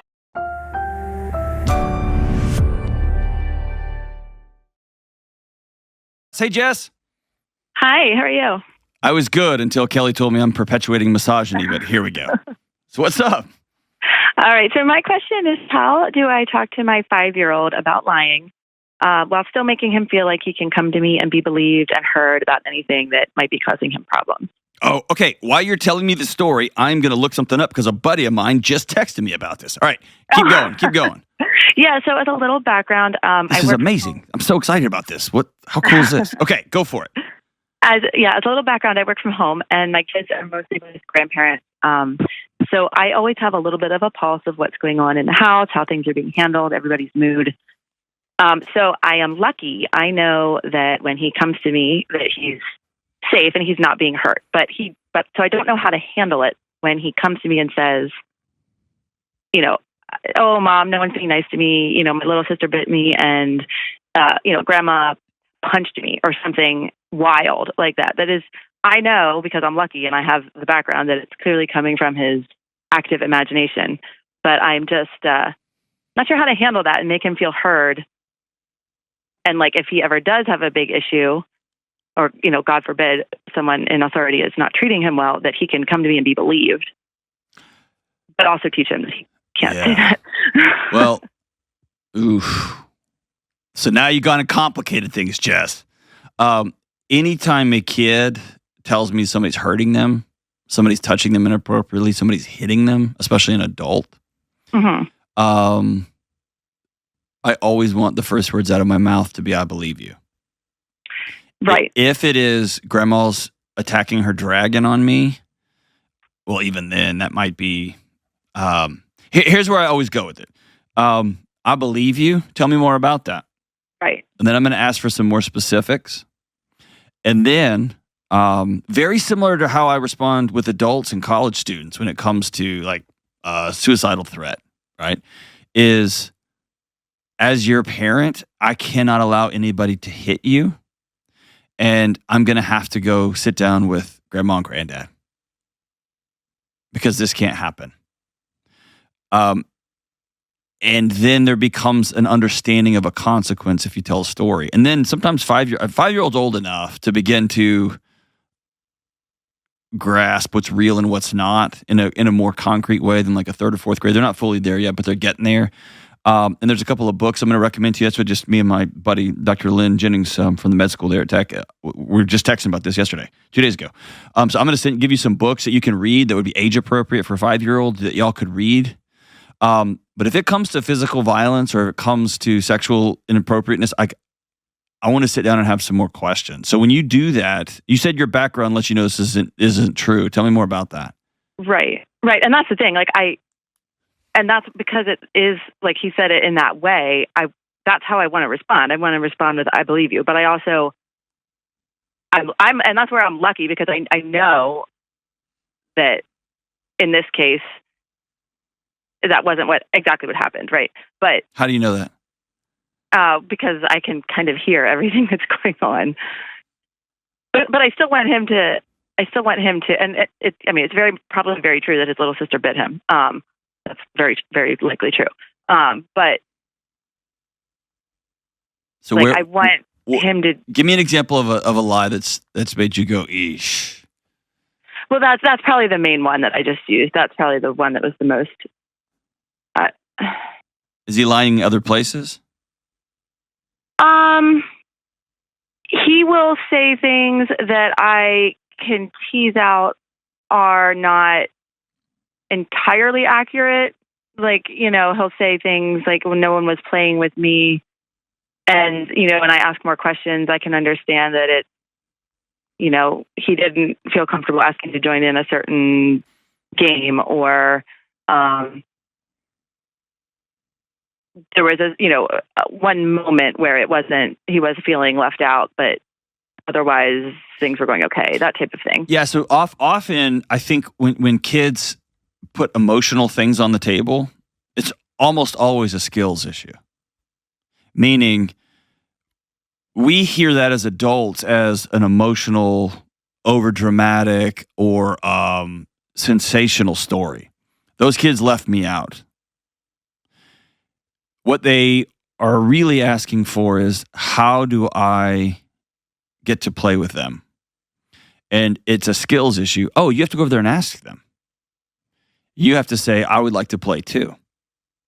And that's nervous, and there's some awkwardness to that, and every kid's got different levels of sensitivity. My son would go barreling into that group, and my daughter would stand on the periphery for 7 months, right? So every kid's differently when it comes to how intense those feelings are. But almost always when a kid is saying, I got left out, they did this, it's a skills issue, right? My daughter, my sister bit me. I want her to get in trouble, but what do I do?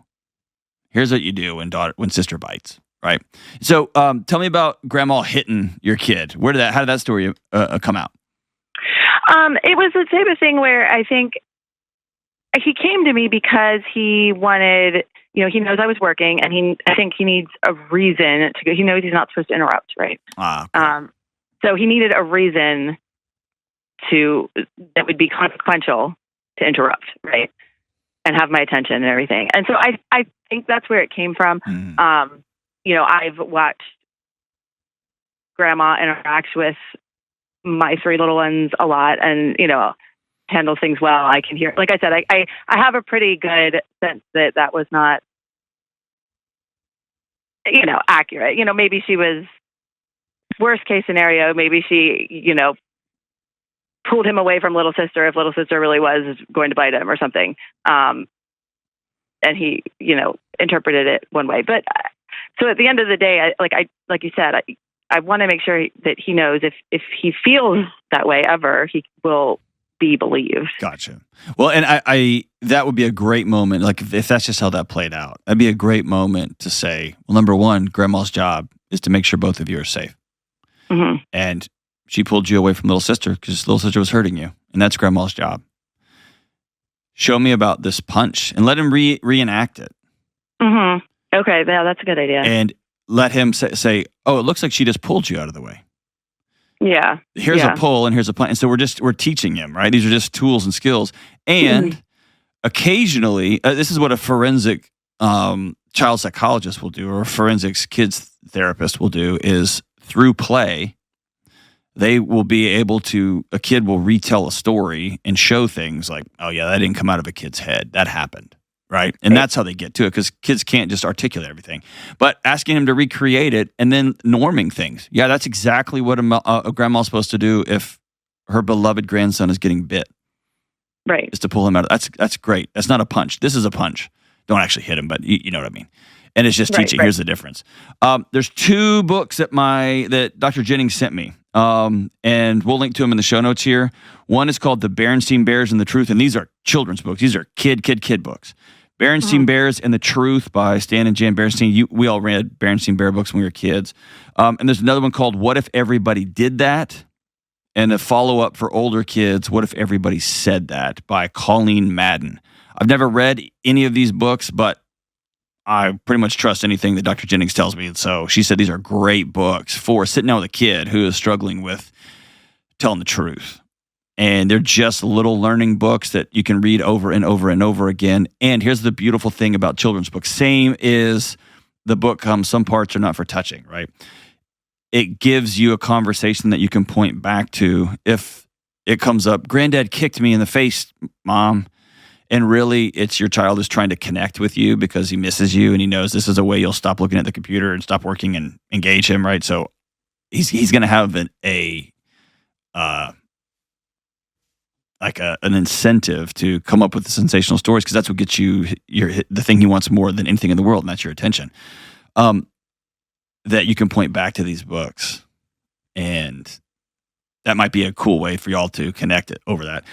Is there a point when working from home, like maybe going to work at a coffee shop or getting with some buddies and renting a small place that you can go to? Yeah. I think we're getting there. You know, for a long time when I was nursing and everything, it was easier to be at home. But I think, that might become a more realistic option soon. Here's one other thing you might want to try. And this worked well in COVID, and I think it's still working well with people who are at home wearing multiple hats. But literally put a hat on. And let him know when I have the yellow hat on, I am working and there can't be any talking. But when I have green hat on, I am mommy. Or I have no hat on, you can come talk to me and hug me anytime. Right. And it's a big signal. That way they don't have to test the water. Is she working? Is she going to be interrupted? They just quit banging their head on the boundary because when I got yellow hat on, and you can just point to the hat if they comes in, bust into your home office. But I am this right now. I tell the same thing with homeschool parents. When you have red hat on, you're a homeschool parent. When you have yellow hat on, you're working from home. When you have no hat on, I'm just dad, right? And it just helps a young kid be able to differentiate really quick. Yep. But I do like for every parent out there, I do like the instant response. I believe you. Let's dig more into that. Show me what happened. And if it is about grandma or granddad keeps touching my private parts, or granddad or uncle or whatever, that is instant. I believe you. And thank you so much for telling me. And we're not going to ask a bunch of questions then. We're going to hold their hand, and we're going to hug them, and we're going to call a professional ASAP. You can begin to imprint some of those stories. It's a whole thing. So if you start doing this tribunal in your house, as mad as you are, or scared as you are, as frustrated you are, that's something that even in my situation, when I know the right questions to ask, because I'm so close to it, I would call somebody, and I would have that done with a professional. There's too much going on there. And one last thing. I know you're in the house, Jess, and so this is less about you. Most of abuse that happens is from somebody that everybody knows, whether it's a step parent, an uncle, a mom or a dad, a grandparent. Most physical and emotional and sexual abuse is from somebody that people know. And absolutely without question, the most common response is, I thought I can't, it's just this sense of guilt. Like, I can't believe I just put my kid with so-and-so. And so even if your first default setting is they would never, I'm telling you right now, they might. I've been in too many of these heartbreaking situations where it's like, he would never, I could never imagine and parents let their guard down. And so if you have any inkling, in this situation, obviously, Jess, it's different because you're in the same house, you're in the same room, you might even have cameras that you're watching this stuff happen, like you're right there.